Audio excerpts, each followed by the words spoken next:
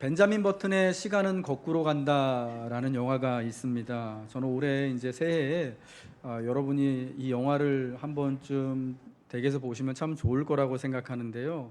벤자민이라고 하는 주인공이요, 80세 노인의 모습으로 태어납니다. 그래서 평범한 다른 사람들하고는 다르게 점점 시간이 갈수록 나이를 거꾸로 먹는 거예요. 그래서 80세 노인의 모습으로 태어나서 점점 세월이 갈수록 젊어져서 마침내 그가 죽을 때는 갓난아이와 같이 되어서 인생을 마무리하는 것이죠. 인생이 저 황혼에서부터 젊음을 거쳐서 이제 갓난아기의 모습으로 역변하는 그 세월을 살아가면서 그 안에서 자기가 사랑하는 사람을 만나지만, 그러나 서로의 시간이 다르잖아요.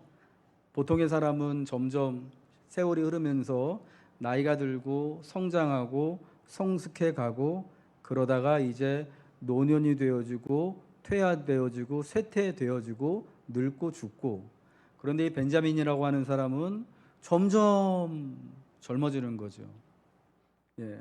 그래서 그 서로의 시간이 다르기 때문에 사랑하는 사람과 또 함께하는 시간을, 세월을 보내지 못하게 되어지는, 그러한 영화가 벤자민 버튼의 시간은 거꾸로 간다입니다.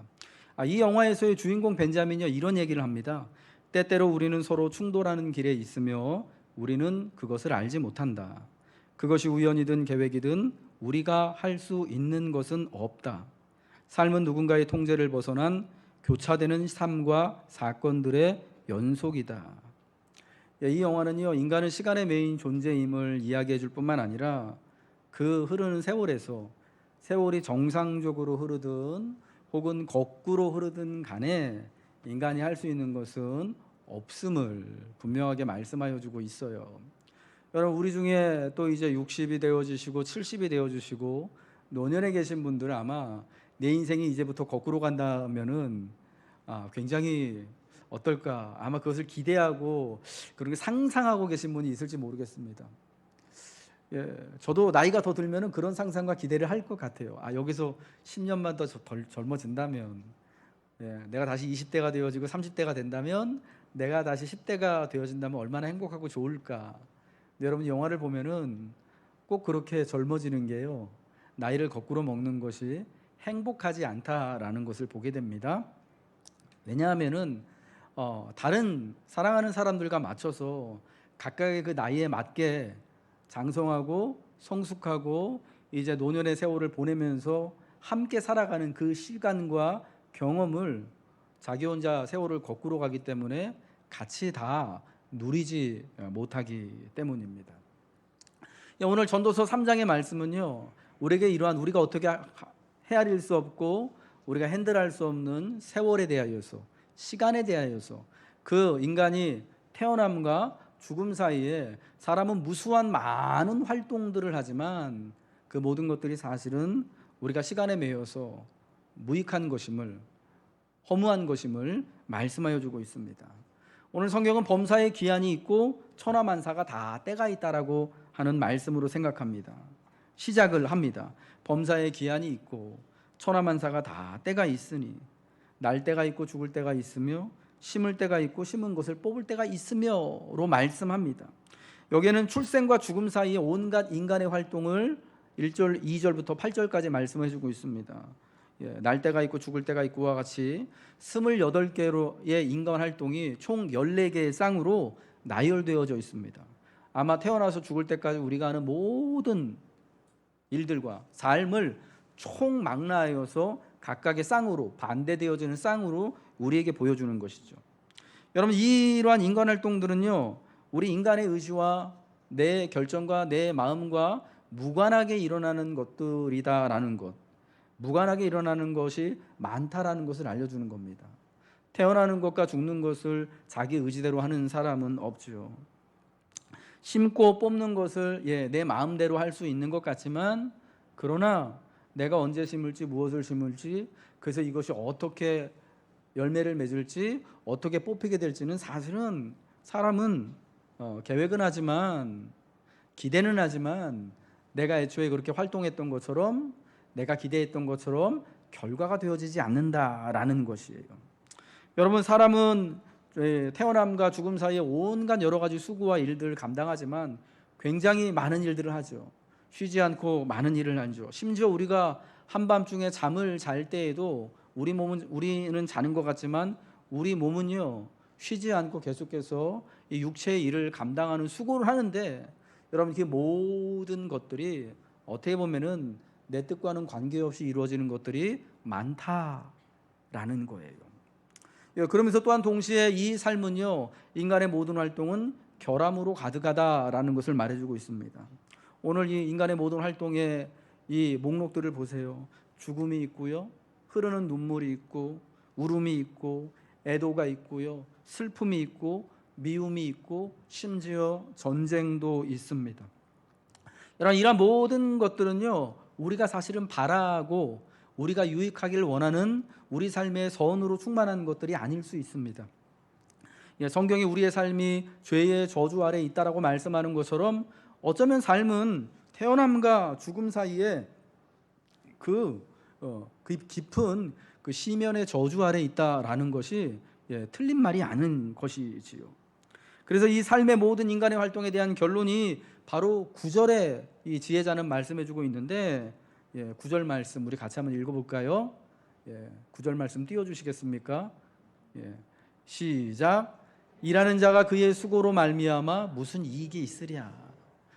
태어남과 죽음 사이에 인간의 모든 그 무수한 활동들이요, 사실은 우리에게는 아무런 이익이 없다라는 것이 전도자가 발견한 지혜였다라는 겁니다. 우리 성도 여러분 중에 혹시 우리 살아가는 동안의 모든 것을 경험했고, 내가 살아가는 동안에 특별히 내가 하는 활동을 통하여서 때때로 유익을 누리고 때때로 남들이 부러워할 만한 그런 성취를 얻기도 하셨을 것입니다. 그러나 인생의 모든 계절을 다 살아온 뒤에, 아니요, 여러분, 이제 어저께까지, 지지난주까지 인생의 40대를 보내신 분들, 인생의 50대를 보내신 분들, 인생의 60대를 보내시고 70대가 되신 분들, 여러분, 그 모든 계절을 다 산 뒤 여러분 무엇을 얻었다고 말할 수 있겠습니까? 만약 우리의 삶에서요, 우리의 삶의 이 태어남과 죽음 사이에 이 모든 것을 관장하시는 하나님이 계시지 않는다면은 우리의 삶에 남는 것은 죽음뿐이다, 영원한 유익은 하나도 없다라고 말하는 것이 이 전도자의 말씀이다라는 거예요. 창세기 47장 19절에요, 야곱이요, 요셉을 보기 위하여서 이제 그 130세에 그 많은 나이에 마침내 애굽에 내려가서 요셉을 만나고 애굽의 왕인 바로 앞에 섰을 때 일입니다. 야곱이 지팡이 머리를 의지하여서 그 늙은 몸을 이끌고 애굽의 왕인 바로 앞에 섰습니다. 바로에게 인사를 합니다. 그리고 바로가 그 야곱의 그 모습을 보니까, 여러분, 그 어르신의 모습 자체로 굉장히 존경할 만한 그런 사실은 모습이거든요. 나이를 가늠할 수 없는 머리가 하얀 노인의 모습. 이 사람이 자기가 믿고 의지하고 기대는 요셉의 아버지예요. 요셉의 아버지보다는 할아버지 뻘에 훨씬 더 가까운, 왜냐하면 야곱이 요셉을 매우 늙은 나이, 많은 나이에 낳은 늦둥이 같은 자식이었잖아요. 지팡이를 짚고 있는, 지금 당장 돌아가셔도 이상하지 않을 것 같은, 그러나 뭔가 신비로운 분위기를 풍기고 있는, 경건한 분위기를 풍기고 있는 이 야곱에게 바로가 물어요. 올해 내 나이가 어떻게 되냐?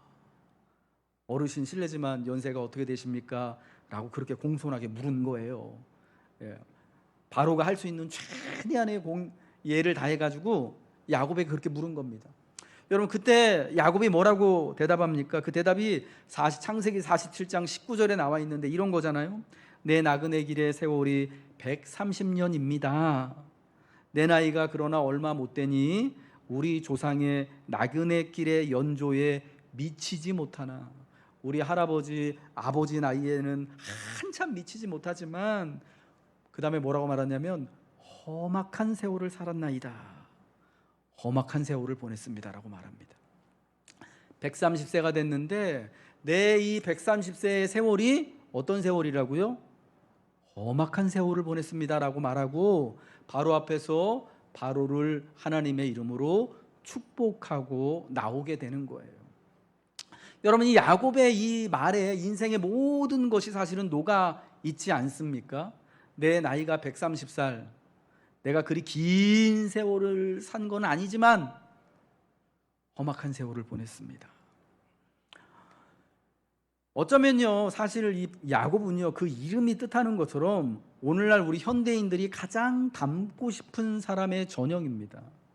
오늘날 사람들의 특징을 한 가지로, 우리 같은 현대인의 특징을 한 가지로 말한다면은 여러분, 욕망하는 사람이잖아요. 인생을 계획대로 산다라기보다는, 인생을 이성에 의지하여서 신앙에 의지하여 산다기보다는, 오늘 2020년대를 살아가는 우리 이 동시대의 사람들은요, 자기 욕망에 이끌려서 살아가는 모습이 되게 우리한테 익숙하다라는 겁니다. 앞으로의 인생이 어떻게 될지 모르기 때문에 지금 누리고 싶은 것은 다 누리고 싶은, 먹고 싶은 것은 다 먹고 싶고 먹어야 되고, 좋은 곳에는 반드시 가야 하고, 내 경제적인 형편이 어떠하든지 간에, 내가 지금 사회적으로 어떤 신분과 어떤 신앙을 가지고 있든지 간에, 남들이 다 하는 외식이라면, 남들이 다 가는 해외여행이라면, 남들이 다 그렇게 살고 그런 지위에 간다면, 남들이 다 그런 집에 산다면 나도 그렇게 살고 싶고, 나도 그런 걸 누리고 싶고, 그걸 여러분 우리가 다 욕망하는 여러분 그런 시대, 그런 인간의 모습을 가지고 우리가 살아가고 있지 않습니까? 여러분, 그런 인간이 볼 때, 우리 현대인이 볼 때요, 야곱은 딱 우리가 본받고 싶은 모습, 그런 존재인 거예요. 그런 인생을 산 사람인 거예요. 왜냐하면 여러분, 그의 이름이 야곱인 것처럼 모든 것을 다 거짓으로라도 속여서라도 움켜쥐고 성취한 사람이 야곱 아니었겠습니까?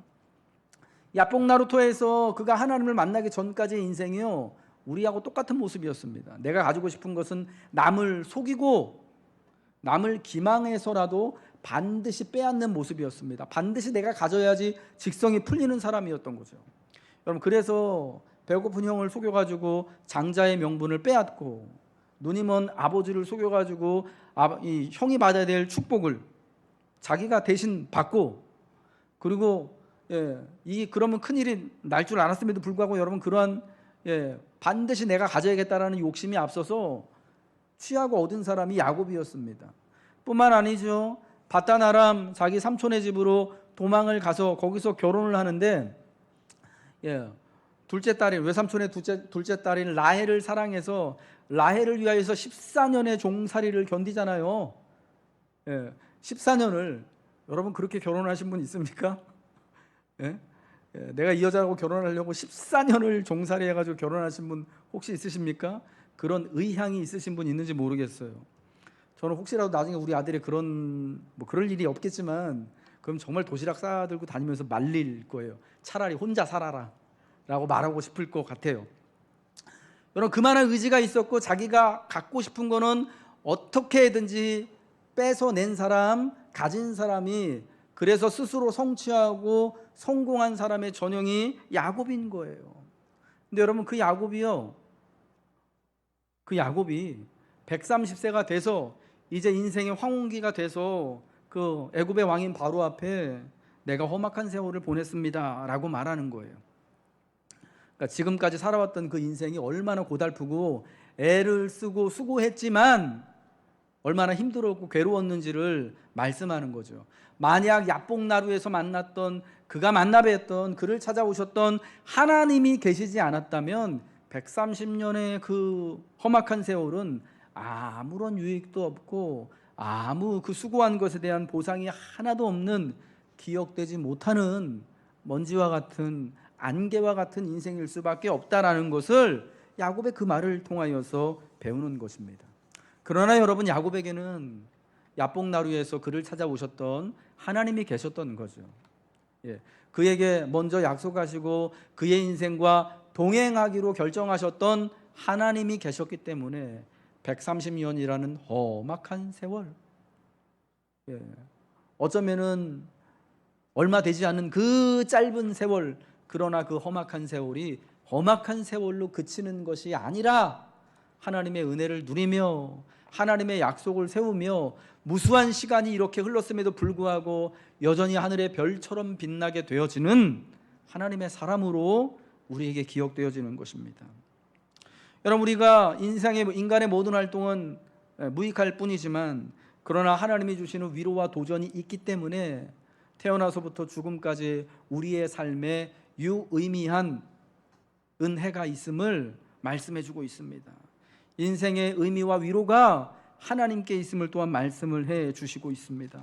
오늘 전도서 9장 10절과 11절의 말씀이요, 하나님이 인생들에게 노고를 주사 애쓰게 하신 것을 내가 보았고, 하나님이 모든 것을 지으시되 때를 따라 아름답게 하셨고, 사람에게는 뭘 주셨다고요? 영혼을 사모하는 마음을 주셨다라고 말씀해 주고 있습니다. 하나님이 우리에게 영혼을 사모하는 마음을 주셨다라고 말씀하고 있습니다. 이 영혼을 사모하는 마음을 주셨기 때문에 이 유한한 인간이 태어나서부터 죽을 때까지 무수한 활동을 하지만은 그러나 먼지와 같이 흩어질 수밖에 없는 인간이 영원한 것을 바라볼 수 있게 되었다라는 것이죠. 어쩌면 우리가 유한한 채로 우리가 그 모든 수고와 활동을 함에도 불구하고 어쩌면은 또 유익을 이루지 못하고 안식과 위로를 누리지 못하기 때문에 영원하신 하나님을 사모하는지도 모르겠습니다만은, 하나님은 우리에게 영혼을 사모하는 마음을 주셨다라는 것입니다. 여러분, 이것이 그래서 우리에게는요, 무익한 인간의 삶에는 위로가 되기도 하고 도전이 되기도 한다라는 것입니다. 그러나 하나님이 하시는 일의 처음과 마지막을 사람은 측량할 수 없고 바라볼 수 없고 예상할 수 없죠. 마치 어두운 밤 안개 속에 희미한 형상을 바라보는 것과 같이 영혼을 사모하는 마음을 가지고 우리의 인생을 관조하게 할 수밖에 없다라는 것입니다. 여러분, 그래서 우리는 마치요 어린아이와 같은 거예요. 어린아이를 돌보는 그 엄마와 아빠의 완전하고 안전한 관계 안에서만 아이가 보호를 받고 건강하게 자라갈 수 있는 것처럼, 영혼을 사모하는 마음과 인간의 활동은 하나님의 마스터 플랜 안에서만, 하나님의 위로하심과 돌보심 안에서만 또렷하게 보여지는 것입니다. 우리 모두 어린아이와 같은 상황이기에 하나님의 돌보심과 동행하심이 있어야만 범사의 기한을 따라 천하만사의 때를 따라 우리의 그 인생, 태어나서부터 죽을 때까지의 인생을 수고하며 살아갈 수 있다라는 것입니다. 사랑하는 성도 여러분, 하나님은 저에게, 여러분에게 영혼을 사모하는 마음을 허락하여 주셨습니다. 이 영혼을 사모하는 마음을 따라서 육신의 한계 지어진, 시간의 한계 지어진 우리의 한계를 자각하고 영원하신 하나님을 사모하고 바라볼 때에 하나님이 유한한 우리에게 주시는 위로와 인생의 도전을 마음껏 누리고 성취하게 될 줄로 믿습니다. 특별히 오늘 본문 3장 12절과 13절 말씀은요, 우리에게 주신 하나님의 선물이 바로 구체적으로 이와 같다라고 말씀해 주고 있습니다. 우리 한번 본문의 말씀 읽어보겠습니다. 시작. 사람들이 더 나은 것이 없는 줄을 내가 알았고, 사람마다 먹고 마시는 것과 수고함으로 누리는 그것이 하나님의 선물인 줄도 또한 알았도다. 하나님이 우리 인생에 주신 선물이 뭐라고 좀 말씀하고 있습니까? 인생에 사는 동안에 기뻐하며 선을 행하는 것이 이것보다 더 나은 것이 없다. 이게 하나님의 선물이다라는 겁니다. 한날 한날을 기뻐하고 하나님이 보시기에 선을 행하며 살아가는 것이 선물이에요. 또한 사람마다 먹고 마시는 것과 수고함으로 낙을 누리는 것, 오늘 한날에 대하여서 잘 먹고 잘 마시고 그 한날 한날 하나님이 허락하신 수고를 따라 노동을 하고 살아가는 것이, 이게 큰 기쁨이고 바로 그것이 하나님의 선물임을 말씀하고 있는 겁니다. 간단하게 말하면 오늘이요, 오늘 이 시간에 집중하며 살아가는 것이 하나님의 선물이다라는 거예요. 여러분, 인간은요 내일 일을 염려하기 때문에 근심과 고통을 느끼게 되고요, 어제의 실패에 매여 있기 때문에 좌절하고 낙심하는 것입니다. 그러나 우리는 오늘을 살아가는 존재들이어야 하는 겁니다. 하나님의 선물은 오늘 주어지는 거예요. 오늘 내가 이 한날을 기뻐하며 선을 행하고 하나님의 은혜 가운데 먹고 마시고 수고하는 것을 통하여서 하나님과 더불어 기쁨을 누리는 것이 오늘 우리에게 주신 하나님의 선물이다라는 거예요. 그러므로 성도 여러분, 내일 일을 인하여서 염려하지 마십시오.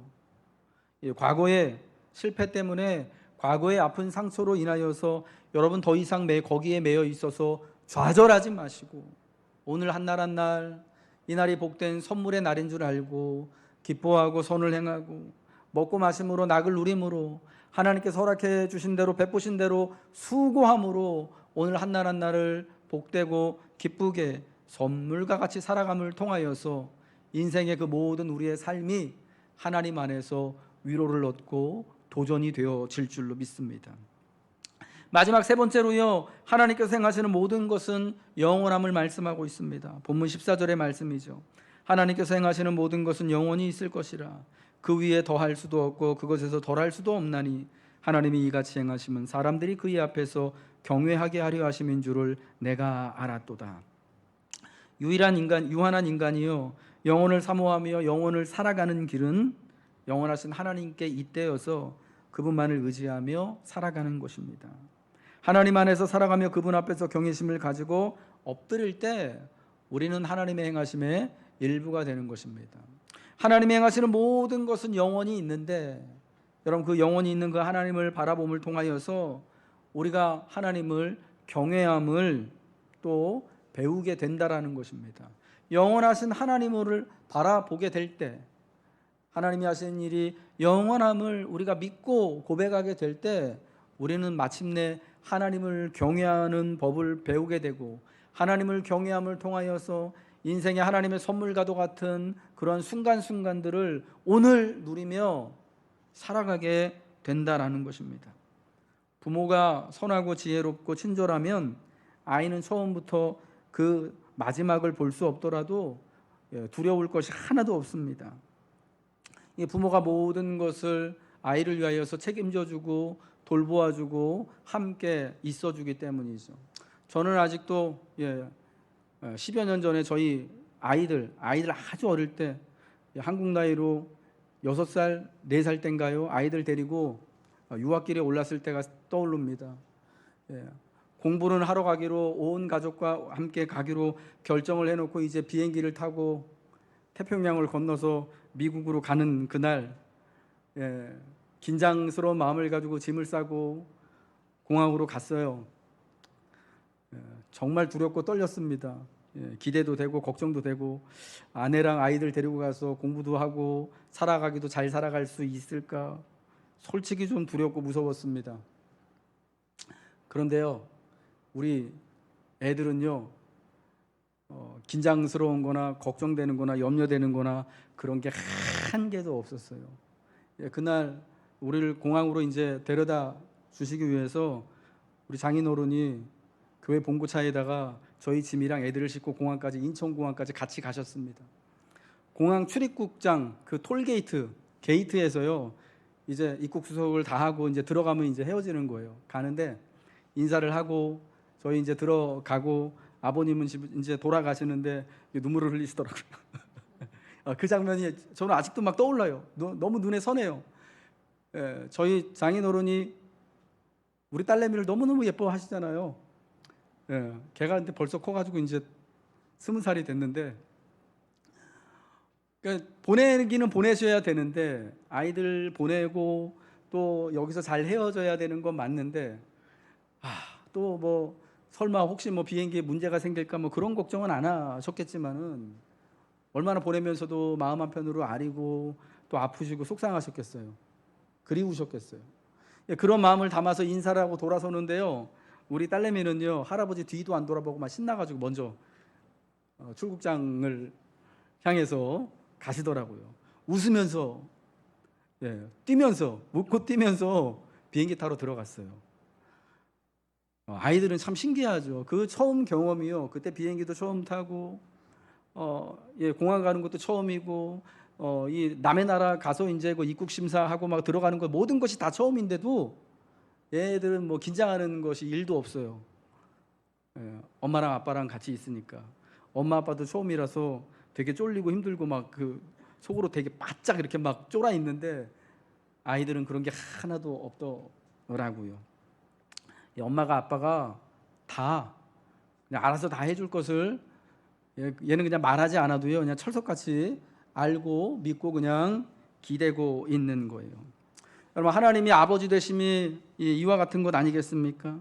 우리에게 영혼을 사모하는 마음을 주시고 하나님을 경외하도록 하심으로 기뻐하며 선을 행하도록 용기를 주시는 하나님 안에 있으면 우리가요 삶의 전부를 다 알지 못하더라도요, 하나님의 영원하신 계획을 다 알지 못하더라도 사는 동안에 담대히 먹고 마시며 수고함으로 낙을 누리는 하나님의 선물 같은 인생을 살아갈 수 있게 되는 것입니다.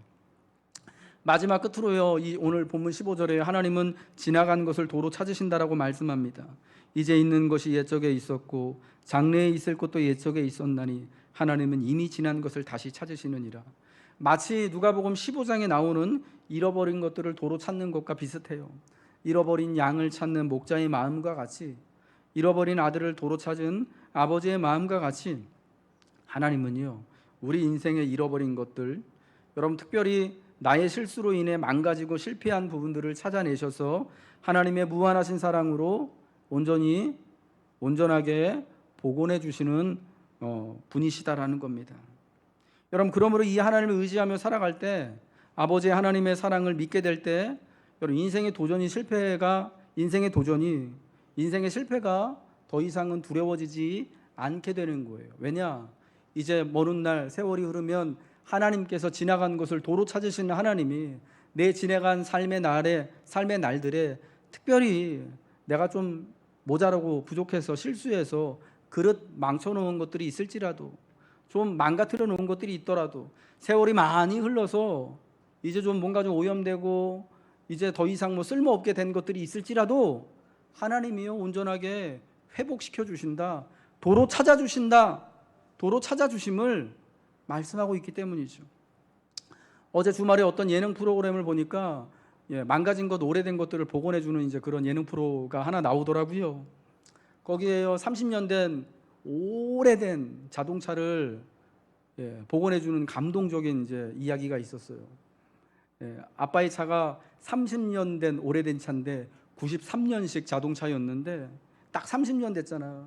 옛날에 이 차를 아버지가 처음 사가지고 가족들과 함께 여행을 가기도 하고 이 차를 타고 다니면서 일을 하면서 가족들을 부양하는 일을 하셨는데, 이제 아버지만큼 늙었던 이 차를 좀 어떻게 좀 다시금 복원해 주실 수 있겠습니까? 방송국에 의뢰를 한 거예요. 여러분, 이 의뢰를 받아가지고요 그 자동차 회사에 어떻게 연락이 돼서요 21명의 엔지니어가 달라붙어서 이 오래된 아버지의 30년 된 차를요 완전히 새 차로 바꿔놨어요.